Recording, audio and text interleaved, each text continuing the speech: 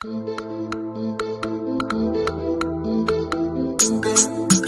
on the beat.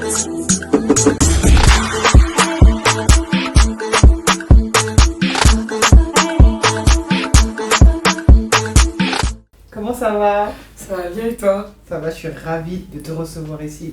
Merci à toi surtout de m'avoir invité. Ah, Ça me fait plaisir. t'as accepté. Et puis elle a accepté bien. Oui, rapide. Voilà.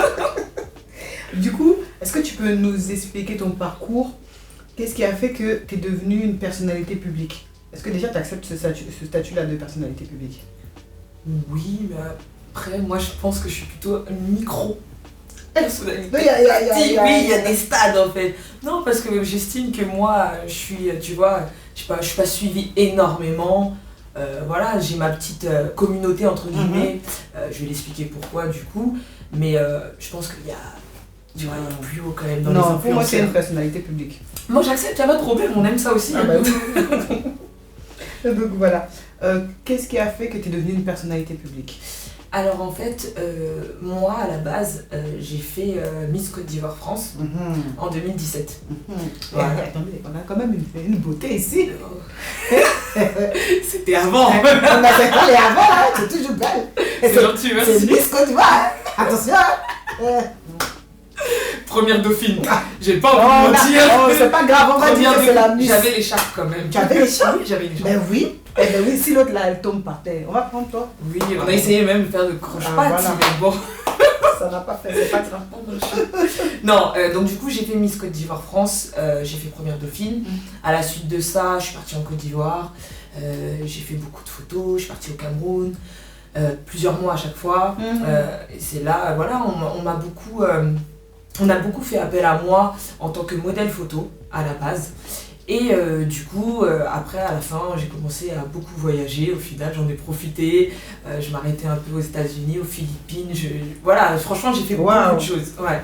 Et malheureusement, tout s'est arrêté brutalement parce que j'ai appris que j'étais malade. J'avais un cancer. Et du coup, on va dire que ma vie, entre guillemets, elle a été en stand-by pendant 2 ans à peu près. Ok. Voilà, et du coup, je suis de retour. T'es de retour. Je suis de retour en force. 30 ans de retour. Ah! Oui, c'est j'ai chic fait ou quoi? 30 ans. Bon, écoute, je vais pas dire que c'est chic, mais on va dire qu'on accepte. Oh, maman, je dis c'est chic. C'est chic, ouais. Moi, ça m'a fait mal de souffler les bougies, j'étais énervée. Aïe! Ah, j'étais énervée. Oh. Ouais, j'ai pas, ça fait mal. On dirait même pas que tu as 30 ans. Oui, c'est ce qui me rassure. Vraiment Non, pas. ça fait plaisir, ouais. Donc voilà un peu, c'est comme ça que ça s'est passé. Ok. Donc on a rigolé et tout, mais on va mettre. T'as dit quand même que ça a créé une pause. Oui. Comment tu l'as ressenti, l'annonce de la maladie? En fait, moi, il faut savoir que j'ai perdu mon père du cancer. Donc, je connais cette maladie, en fait. Je connais cette maladie. C'est vrai que quand on me l'a appris, j'étais à l'étranger. Donc, j'ai reçu un appel pour me demander de rentrer vite. Donc, moi, j'étais paniquée. Je me suis dit, non, mais dites-moi tout de suite qu'est-ce que j'ai, parce que sinon, je vais flipper. Je vais pas pouvoir attendre les 3 jours qui me restent là où je suis. Du coup, elle m'a annoncé que voilà, j'avais des cellules anormales, des cellules cancéreuses, qu'il fallait que je rentre pour qu'on puisse commencer les traitements, donc la chimio et tout. Et bizarrement, après je pense que c'est nerveux, j'ai rigolé. Nerveusement. Après moi je suis quelqu'un, je rigole tout le temps. Même en chimio, allongé, affalé, je rigolais. Mais je pense que c'était vraiment le contre-coup, parce que au moment où j'ai rigolé, quand j'ai raccroché, j'ai pleuré. Ah bah oui. J'ai pleuré parce qu'en fait, je me suis dit, j'ai appelé mon frère, je lui ai dit, mais je peux pas être malade. Enfin, c'est bête, hein, mais on se dit pas qu'à 27 ans, on peut être malade. Et en fait, quand tu vas à l'hôpital et que tu te rends compte qu'il y a même des bébés qui ont le cancer qui sont branchés, et là, ça te fout Il y a même des bébés. Ah oui, des bébés qui ont le cancer. T'as des enfants qui ont le cancer et qui sont là et qui te regardent en mode allez, on se voit la semaine prochaine, Sally, mais tout sourire alors que toi t'es là, t'as du mal même à marcher, tu te dis mais non, faut être comme eux là. Eux, ils se battent. Et peut-être même leur insouciance les aide à se battre. Donc voilà comment ça s'est passé. Ça a été très dur l'annonce. Mais ça a été plus dur pour l'annoncer à ma famille. Ouais, parce moi que... en fait c'était même pas pour moi, c'était pour mon frère et ma mère. parce que tu t'es dit peut-être que ça va les renvoyer au décès de ton papa. Forcément, parce que malheureusement, quand on entend cancer, on se dit c'est la mort. Enfin, on s'y connaît pas assez. On s'y connaît pas assez, il y a trop de désinformation sur ce sujet, donc voilà, ça fait flipper. Et moi, en fait, c'était surtout le fait de putain, ils vont être pas bien. Ils vont pas être bien. Et voilà, c'était ça le plus dur pour moi. Parce qu'en soi, moi, je sentais pas que j'étais malade. J'étais bien. C'est les traitements qui te rendent malade. Ok. Oui. Parce que toi, en soi, moi, je vivais ma best life. Hein. Ok. Ah ouais, j'étais partout. C'est vraiment les traitements qui sont tellement lourds. C'est ça. Parce que la chimiothérapie tue tes bonnes et mauvaises cellules.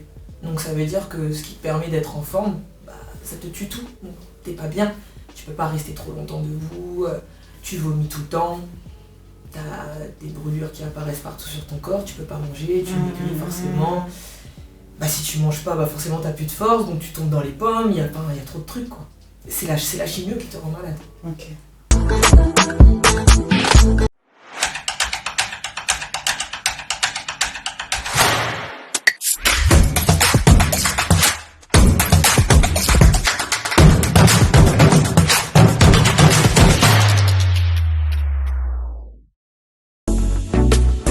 Envie de scintiller jusqu'au bout de la nuit? Aba Cosmetics, réveille ta beauté. Ce que j'ai apprécié sur tes posts au niveau, je sais pas à quel moment tu as décidé de poster à ce sujet-là. Ouais. Qu'est-ce qui t'a fait que bon, je suis une personnalité publique qui a été connue en tant que Miss Côte d'Ivoire, maintenant tu n'as pas gagné, je vais te dire Miss.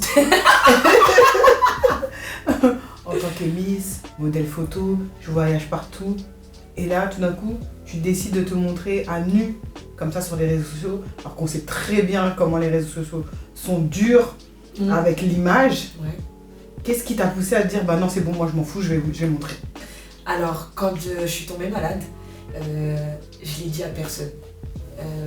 Même certains amis à moi n'étaient pas au courant que j'étais malade parce que, en fait, ils ont toujours eu l'image de Sally.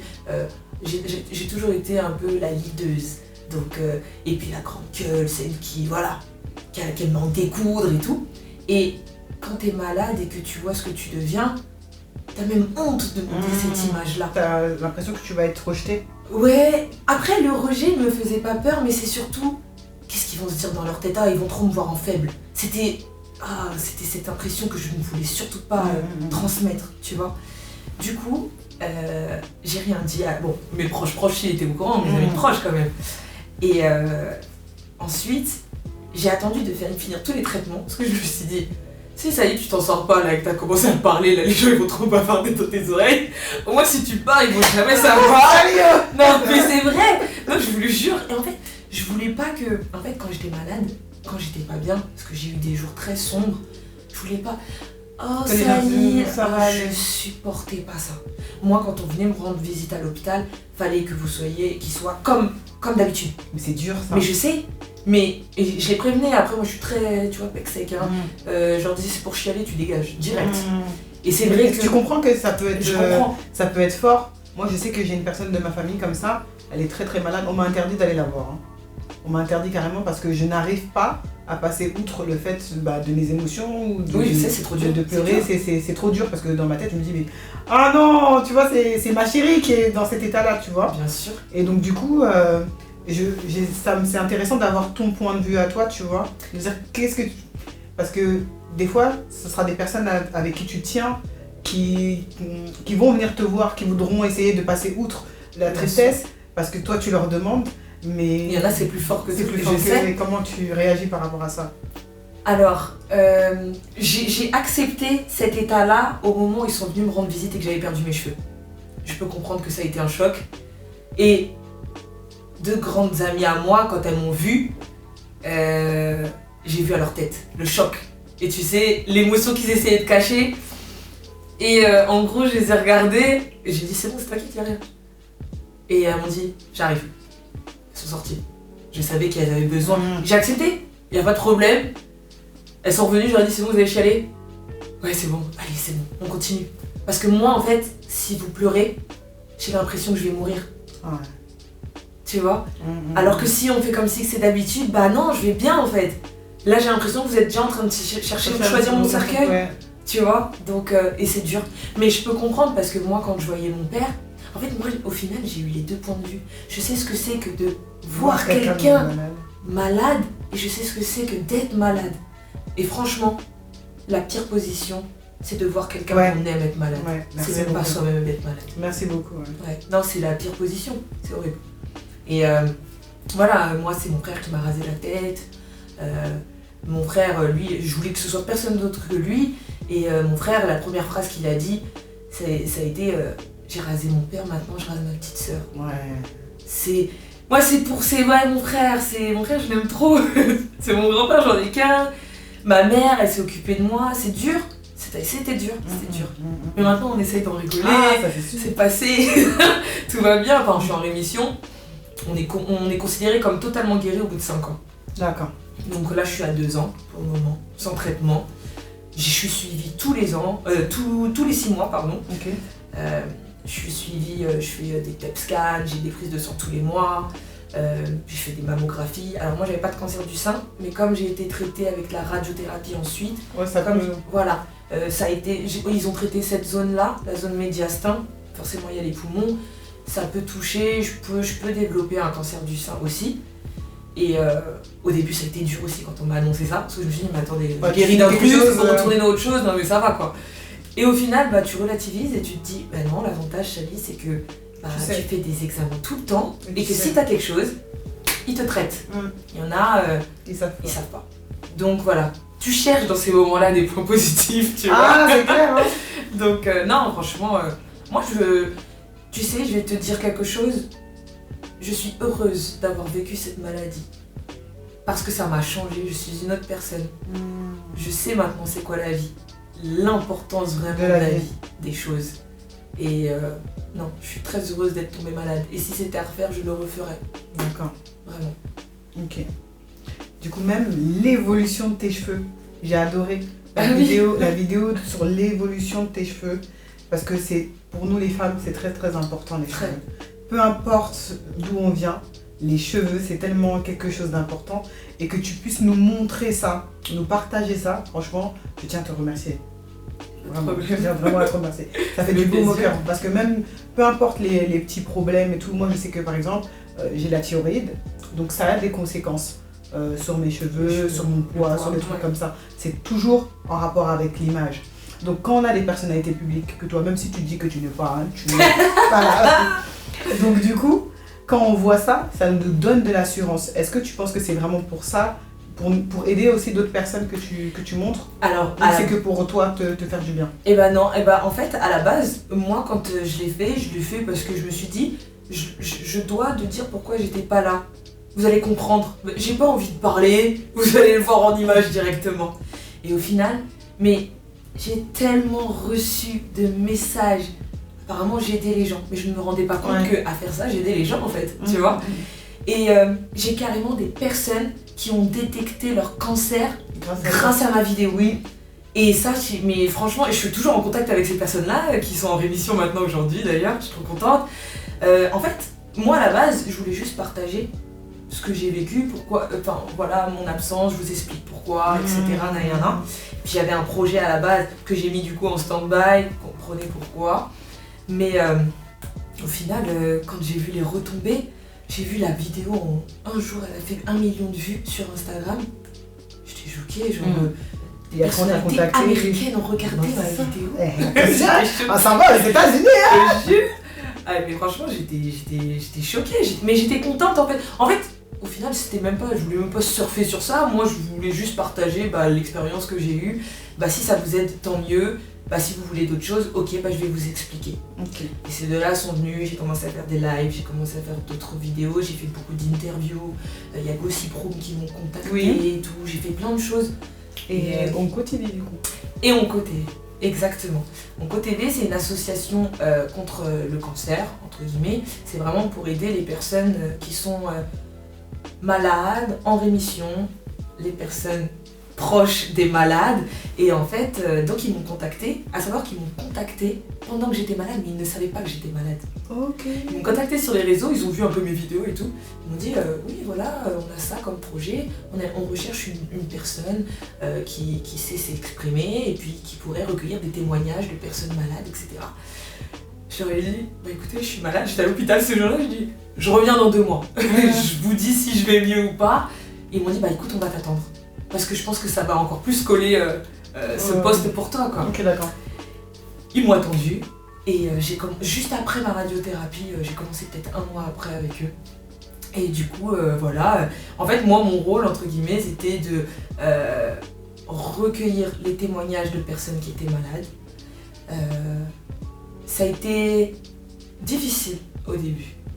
Parce qu'en fait, moi, je sortais... Il faut savoir que quand tu sors de la maladie, t'as toujours un moment où faut dire le mot. T'as une phase de dépression. Ouais. Parce qu'en fait, déjà, tu te dis, mais non, je suis encore malade, c'est pas possible. C'est c'est trop pas brutal, fini. là. Ouais, c'est pas fini. Tu fais ta radiothérapie, le lendemain, ils disent, c'est bon, t'es plus malade. Non, parce que moi, j'ai encore les effets. Je sais que je suis pas bien. Et En fait, je sais même pas comment expliquer. Je pense que même mon après était plus dur que la maladie. T'as l'impression que t'es abandonné. Ouais, t'es lâché. Ça y est, comme tu vas bien, et- Sally. Et on te jette à la mer, voilà. T'as une île là, mais tu sais pas où aller. Va. Donc, pour la question qui fâche, tu connais les haters là? Oui. Mm. Tu as relevé un truc. Non, Sur mais moi. j'ai relevé les trucs, les haters là, Ah, qui disent que peut-être que tu profites de ta maladie. je profite, si vous Tu voulez. profites de ta Ok. maladie pour te faire connaître, pour développer ta marque, pour faire ceci, pour faire cela. Qu'est-ce que tu en penses? Alors, je profite, oui. Je profite, clairement, et j'ai le droit. Oui, ça c'est clair. Alors, il faut savoir, comme j'ai dit, j'avais ce projet avant de tomber malade. Mais là, en fait, j'en profite parce qu'en fait, il y a des personnes qui pensent que, des personnes qui connaissent pas, qui pensent qu'il faut être malade pour porter des perruques ou non, etc. Et en fait, je pense que je suis un très bon porte-parole pour montrer qu'il n'y a pas besoin d'être malade pour porter des perruques, il n'y a pas besoin d'être noir ou métisse pour porter des perruques. Tout le monde peut porter des perruques. C'est pas synonyme de cancer ou synonyme parce que tu es noir, tu portes des perruques parce que tu n'as pas de Est-ce que cheveux. vous avez entendu? Non, parce que le son est bon, mais je pense que le volume là n'est pas arrivé. Montez. Monter le volume. Non, mais faut répéter. Parce que mais tout c'est le temps, vrai. tu vois, ils vont dire que c'est que nous, ou que c'est que certaines personnes Pas que du d'autres tout. portent pas. Et justement, j'ai l'impression que ça se développe quand tu vois les filles les influenceuses, les filles de télé-réalité, tout ce que tu voudras. Il y a des filles maintenant qui en portent. C'est la mode. Je suis désolée, même les Kim K, les Kylie Jenner, Ah ouais, tout le donc monde, porter elles sont ça quand blanches. tu gay. Mais il n'y a Ah. aucun problème. Pour moi, j'en mets, j'ai des cheveux, mais je mets des perruques. J'aime changer de style. Vous avez vu la taille de sa chevelure? Et si elle veut mettre ses perruques, elle veut sa perruque. Tu n'es même pas en capacité de lui payer une ligne de tissage. Mais c'est bon, je vous laisse. On laisse ça. Non, mais donc, et là, en final, j'en profite parce que oui, je pense que je suis un très bon porte-parole. Et en plus de ça, je peux toucher différentes communautés. Les personnes qui sont malades et les personnes qui sont pas malades. Ok. Donc oui, j'en profite. Ok.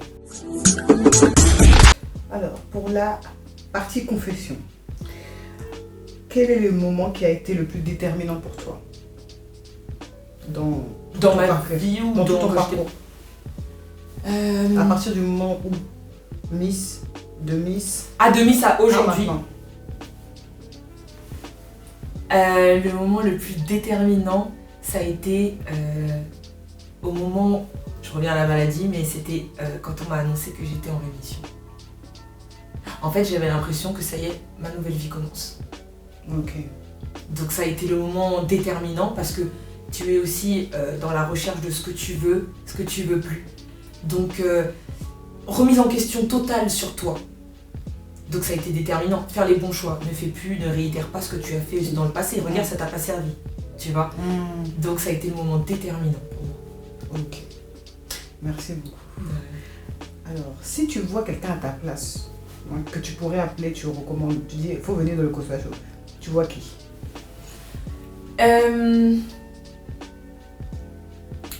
Peu importe le domaine. Peu J'ai des jeunes artistes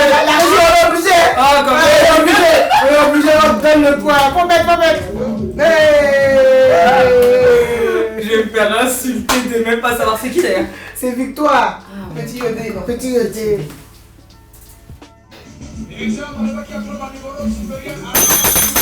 Jonathan. Quel pays? Bah, ivoirien. Ah, Quand même. Quand C'est de chez moi. Quand même. J'ai dit ça, j'ai même pas su répondre tout à l'heure. Là, j'ai juste fait des mimes vocaux. Mais tu nous as prouvé que tu connais. Merci. Ah là, tu connais. Merci. Il faut avancer.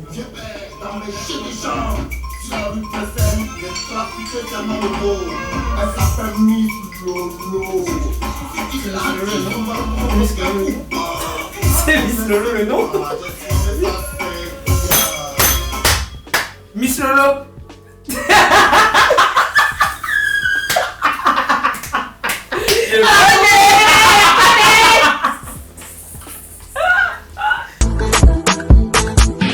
Big mood, call I feel you. Something wake up.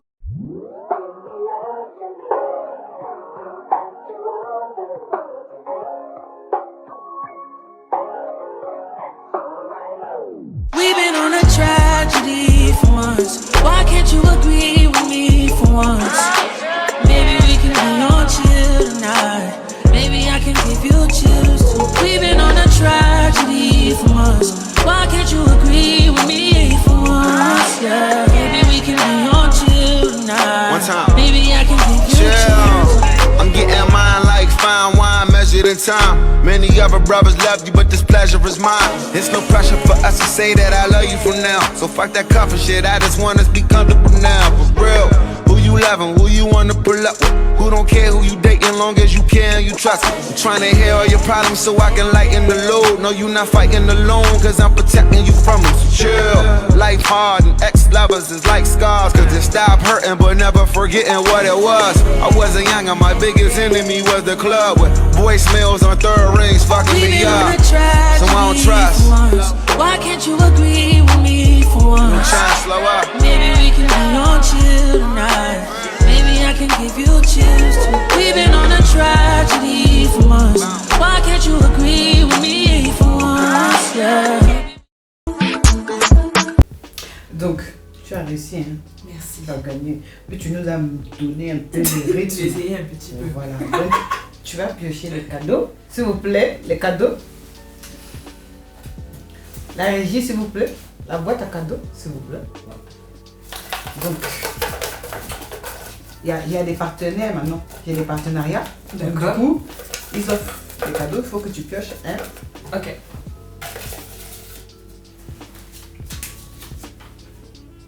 H et collection. Ok. Donc, H et collection. Ça ne rigole pas, hein? Ça ne rigole pas. Là, tu es tombé J'ai sur un bolo. gagné, Là, quoi. c'est un bolo. C'est C'est un vrai? bolo. Oui, oui. C'est quoi? H et collection, en fait, Elle fait de la lingerie africaine. Ah, lourd. Oui, elle fait de la lingerie africaine, des nuisettes, les trucs là, voilà, ces choses-là.